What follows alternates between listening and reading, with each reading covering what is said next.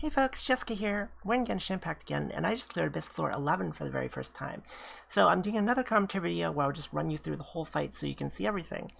I will talk about gear I'm running on everybody towards the end, timestamp down below if you just want to jump to that part. But I'm going to preface that all with the statement that I have a Constellation 6 Venti. I'm using a Constellation 6 Venti in this clear, and he really helps. He really carries some of the floors. So just know that ahead of time. But let's jump into it. Taking the physical damage card because it carries over to the rest of the floor as usual. So get used to Venti ulting.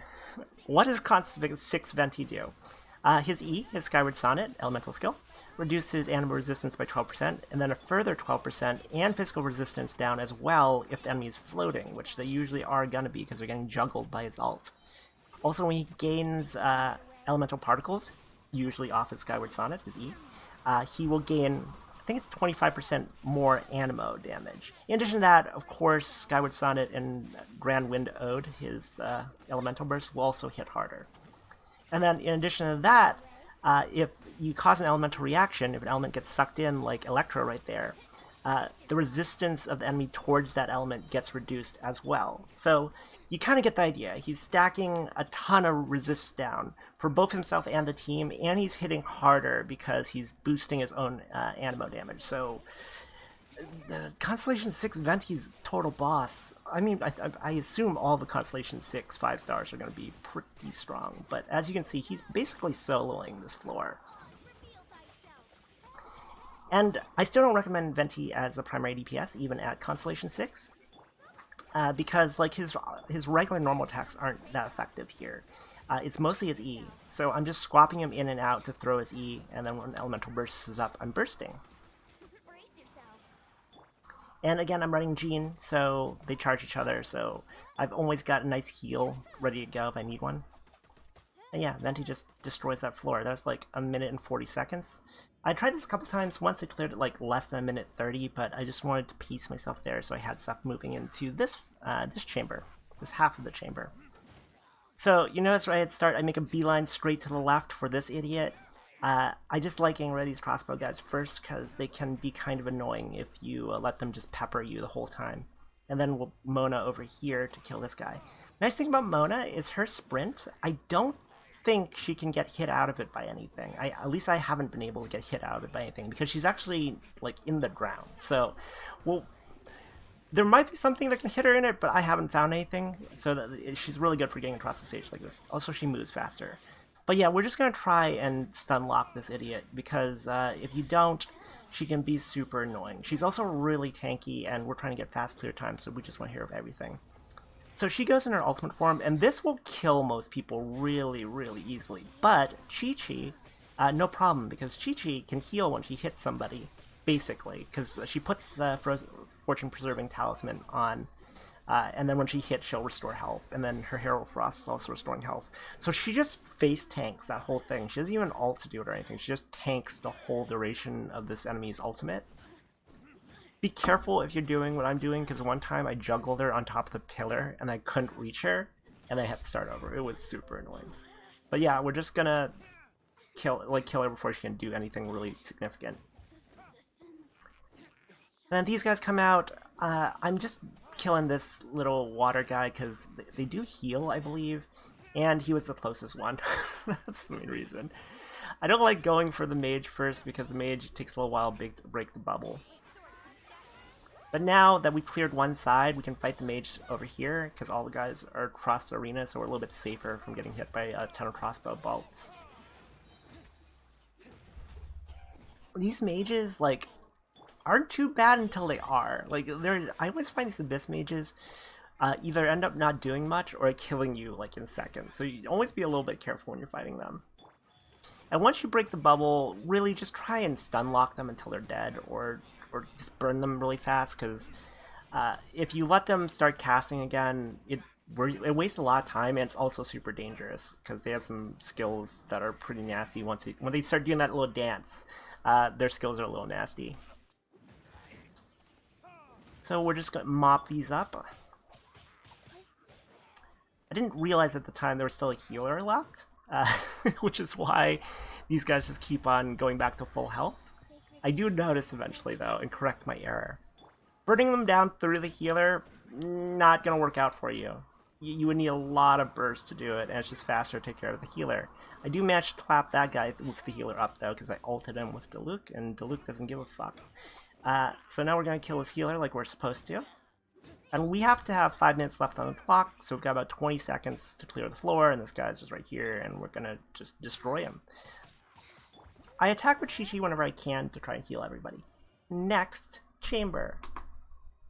Okay, next chamber. For this one, we're taking crit rate plus 8%, crit damage plus 15%. Strong card for any team comp, but also carries over the rest of the floors, so all an upside. This is the first defend I think I've shown on this channel. And for these, you have to protect this obelisk. Everything's going to try and kill it, and its health at the end determines your star rating. Venti, of course, works great here because these guys can't really attack the obelisk if they're being juggled in the vortex. They're also tiny, so they're really vulnerable getting pulled into it. Like, that guy gets dragged across the floor into it. These things are, in fact, going to start dying inside the vortex, and then their replacements that respawn will immediately get pulled in and die as well. So, like that one. Just immediately sucked in. You don't necessarily need Venti for these kind of floors, but he helps a lot. Anybody that has the ability to group enemies up are going to work really well here, because they spawn all around the obelisk, and if you don't have ability to reposition them, it's going to be hard to protect the thing. These axe killer trolls will start spawning. They're pretty annoying. Venti's shot in the wrong direction, but it's fine. It kills the last little killer troll. These axe guys are annoying because they don't really want to pay attention to you. Like, I'm just beating the crap out of him official, and he doesn't care. He just wants to beat up the obelisk. That's all he cares about. I'm just going to keep dumping things on him until he changes targets to me. So there he switches to me. And once he switches to me, he's not dangerous. These guys aren't really in any danger of killing you because they're so slow and predictable that you're just not going to take much damage from them at all. The main danger is them changing their minds and going back after the obelisk, because they will beat it up pretty fast. In fact, he just suddenly decides that he doesn't care about Fischl anymore and wants to beat up the obelisk because he's a jerk. So we're going to switch over and try and burn him as fast as possible. And Venti again shoots in the wrong direction, but it's fine, it's fine. So we kill him quickly because he was trying to kill obelisk, and that's what happens to people who try to kill obelisk. At this point, we don't have a time limit. Remember that about these defends. There's no time limit. It doesn't factor into the score at all. So we're just going to take our time, get everyone charged up and ready for the next floor. There's almost no way this guy could kill my team, so again, no danger. These floors are nice because you can kind of just breathe and relax a little bit and pace yourself. If someone's hurt, you can take all the time you want to try and get them healed up with your healer. If you want to kill these guys fast, the proper way to do it is just to bait their attacks and shoot them in the back. Or if you have a greatsword user or geo user, you can just break their shield. Like, you tried to hit Fischl with the shield there, and that's a good time to hit him. Or when he charges past you, you can shoot him in the back. But speed's not a huge concern here. It's not my focus.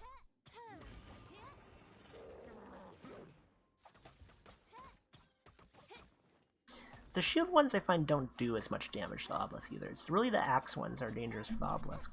Luckily the axe ones are faster to kill because they don't have a shield, obviously. Onwards. Found this second half of the chamber a little bit harder than the first half. These guys are going to make a beeline straight for the obelisk, and I'm just going to try and do everything I can to dunk them before that happens. The slimes are pretty good about focusing on you. The axe guy is, as we just discussed, really annoying, so I'm just going to hit him with everything I got to try and kill him and get his attention. It's important on these defense to be aware of everything that you're not fighting currently, what they're doing. So, for example, I know here that there's another crossbow guy that I haven't gotten the attention of. He's literally right there shooting the obelisk, but he's not doing too much damage to it, so I can afford to just leave him up while I deal with the axe guy, who's a way bigger threat. Once the axe guy goes down, the slimes are really sticky. They'll stay on you the whole time, so I don't need to worry about them. I can just focus on getting this crossbow guy down. And as you can see, the slimes are bouncing along after me happily. They don't care about the obelisk. They didn't get the memo. Now that the two hilichurls are down. There's just these slimes left, and you see that there's I've only killed 2 of 8 enemies. So once these two die, it will actually start the next wave. And I want to be as prepared as possible for that next wave, because these slimes are no threat. So I'm going to try and just get everyone set up as best as possible to just dunk the second wave.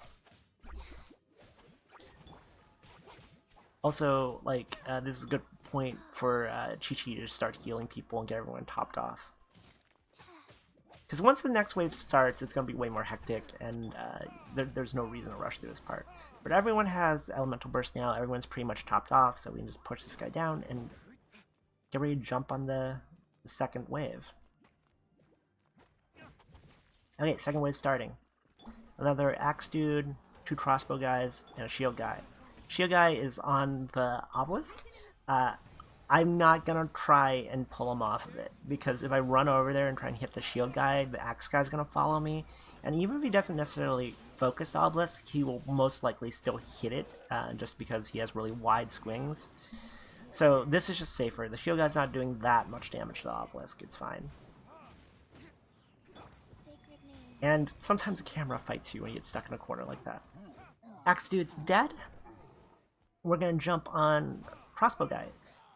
These guys die way faster than the shield guy, and the shield guy again isn't doing that much damage, so I'm just going to try and take these guys out super fast.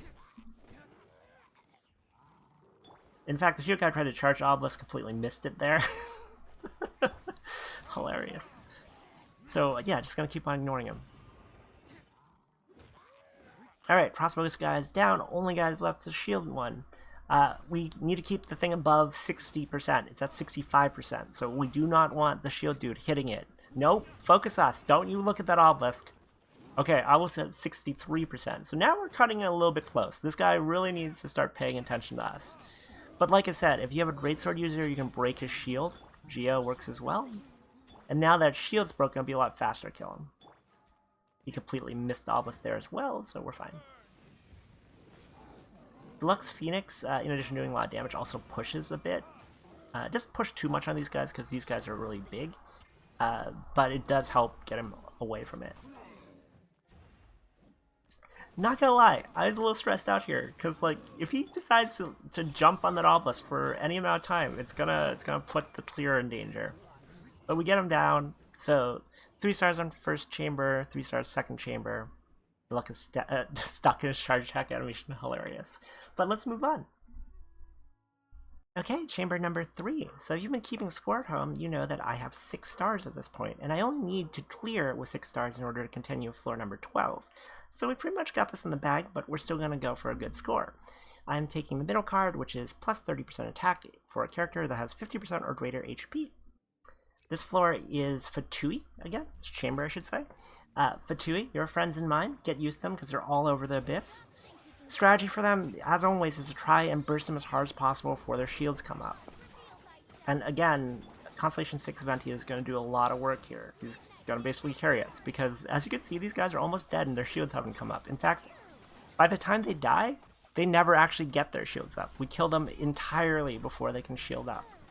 And that saves us a lot of time, because we killed 2 of those guys in 25 seconds.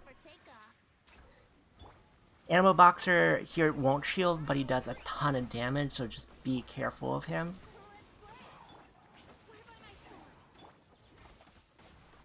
Like, at one point, he's gonna suction us in for a haymaker, and, well, you'll see. Okay, he pulls us in at this point to try and kill Venti, and we switch Venti out for the cook, and the cook takes one for the team. She dives in front of that Animo Boxer haymaker to save Venti's life. She died a hero. She will be remembered. And yeah, just the trial guy left. This is a pretty fast clear. However, the time to get 3 stars on this chamber is you need to do it within 3 minutes. You gotta clear the whole chamber in 3 minutes. So it's a really, really tight timing. Second part is Lightning Hammer guy and a another Animo Boxer. We really want to get rid of the Animo Boxer. Like, he's very dangerous. Can easily end the run if he haymakers the wrong person.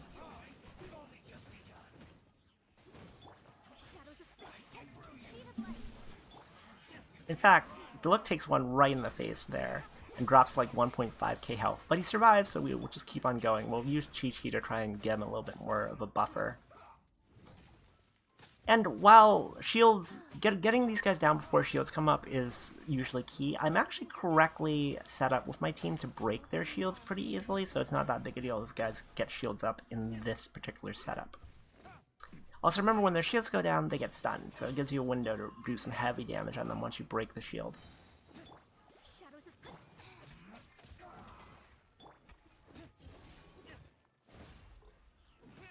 Alright, so he'll go down, and then the final two guys.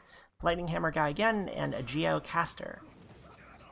The Geocaster in particular is not going to be that much of a danger to this team setup, because the way you break a Geo shield is you either use Geo against it, I know it's a little weird, or you use a Claymore, because a Claymore will break it just like it was a mining node.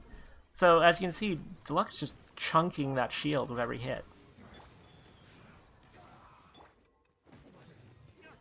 Like, I think one more hit from Deluxe and that shield's gone. Yeah, there it goes, guys. Now he's stunned. And the lightning shield breaks easily from cryo, so that one's not going to be too much of an issue for us either.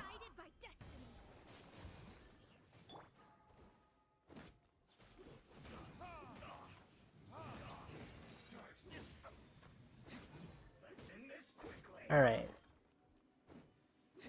So we're already past the time, the clear window for a 3-star run, so that gives you an idea of how fast you've got to be. Okay, Geo guy's down. Okay, Geo guy's down now. Lightning guy will get his shield up, but that's what we've got Chi-Chi for. And various other reasons. Because Herald of Frost, Chi-Chi's low Frost Orb, will break the shield within 4 hits. So, one more hit, and then one more, and it will be broken.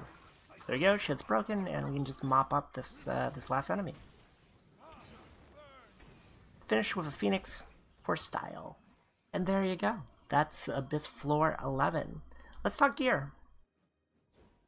I've talked about gear a few times in my previous Abyss Run videos, so we'll be brief here, but I still will talk about everything in case you missed those. Chi-Chi is using Sacrificial Sword. It's only level 40 because I'm mostly using it for the skill. Whenever she hits an enemy with an elemental skill, there's an 80% chance that will reset the cooldown on that skill. It can occur once every 16 seconds. Particularly big on her because her elemental skill, Herald of Frost, is a 30-second cooldown, so a reset on that's pretty significant. Also, it's multi-hit, so it's very likely to reset, and this thing has energy recharge on it, so it fits well with her role as a healer because it lets her get her ultimate up faster. Similarly, she's running 4-piece Maiden Beloved, which is pretty much the best in slot set for any pure healer, which is how I'm running her. She's Constellation 1, Aesthetics of Frost. When Herald of Frost hits an enemy marked with Fortune Preserving Talisman, she regenerates 2 energy. It just lets her charge her elemental burst faster. Fischl is still running Amos Bow.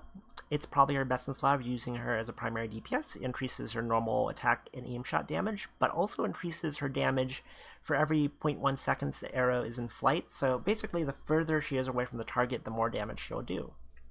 Her artifacts, and this is a change from last time, is 2-piece Thundering Fury and then 2-piece Gambler. That's new. Gambler increases her elemental skill damage by 20%, and it works particularly well on her because she does a lot of damage through odds. She's Constellation 6. Deluxe is running Wolf's Gravestone, increases his attack by 20%, but also if he hits somebody that's 30% health or less, it gives the whole team plus 40% attack. Very strong on him. And he is running 4-piece Crimson Witcher Flames, which is definitely his best in slot set, if you ask me. He's Constellation 2. Constellation 1, Conviction, makes him do 15% more damage to enemies who are 50% health or above. Constellation 2 is Searing Ember. Basically gives him a stacking attack and attack speed buff every time he takes damage. Onwards to Jean. Jean is using Skyward Blade. I'm primarily using it for the energy recharge so she can get her elemental burst up faster to heal. It is a good weapon, but in the particular run I was doing, I didn't actually use her for much besides her elemental burst.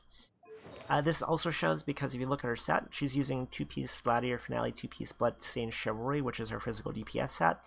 But the Bloodstained Chivalry pieces are plus 0, So I'm not saying she's a bad character or anything. She's a great character. It's just I didn't need her to fill any particular role besides throwing out a heal now and then in that run. She's Constellation 0. Next up is Keiichi. She's using the flute. Very powerful weapon for a one-hand sword damage dealer. Basically, it makes it so every time she attacks, she stacks harmonics. When it hits a certain number of stacks, 5, she'll do a 200% attack damage nuke to everybody. Very, very strong weapon that's synergistic with how she plays.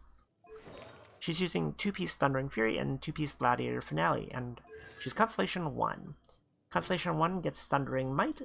Recasting Stellar Restoration while Lightning Stiletto is present causes Keiichi to deal 50% of her attack as AoE electro damage at the start, point, and terminus of her blink.